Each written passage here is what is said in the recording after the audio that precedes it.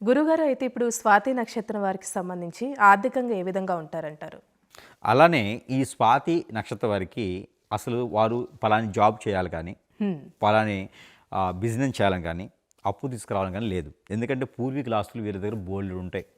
Okay. కొన్ని వీళ్ళు వదిలేసినవి ఉంటాయి, కొన్ని వీళ్ళు నమ్మని ఎక్కడో పెట్టేస్తారు. అనుకోవచ్చు ఎవరైనా, ఏం గురువు గారు మాది స్వాతి నక్షత్రం అండి, పుట్టిన దగ్గర నుంచి మాకు ఎలాంటిది ఏం ఆస్తులు లేవంటారు. అందరికీ కాదు, దాని గోచారం అని ఉంటుంటుంది. మనం పుట్టిన సమయానికి గ్రహాలు ఏ స్థానంలో ఉన్నాయి దాని తగ్గట్టుగా అయితేనే ఆస్తులు ఉంటాయి. చంద్రుడికి శుక్రుడు, చంద్రుడికి కుజుడు, చంద్రుడికి గురువు కలిసి ఉన్నట్టయితే ఖచ్చితంగా వారికి పూర్వీకుల ఆస్తులు అవన్నీ ఖచ్చితంగా వస్తాయి. వీలునామాలు ఏదో ఒక రోజుకైతే వీళ్ళ దగ్గరికి వస్తాయి. అలానే చంద్రుడితో పాటు రవి కానీ, రాహు కానీ, కేతు కానీ ఉన్నారంటే పూర్వీకుల ఆస్తులు వస్తాయి. గొడవలు అవటం, ఫైర్ అవటం, సగం సగం రావడం జరుగుతూ ఉంటాయి. ఇక బుధుడు ఉన్నాడంటే పూర్తిగా మానేసుకోవడం ఇంక రావు. శని ఉన్న బుధుడు ఉన్న ఎవరితో? చంద్రుడితో.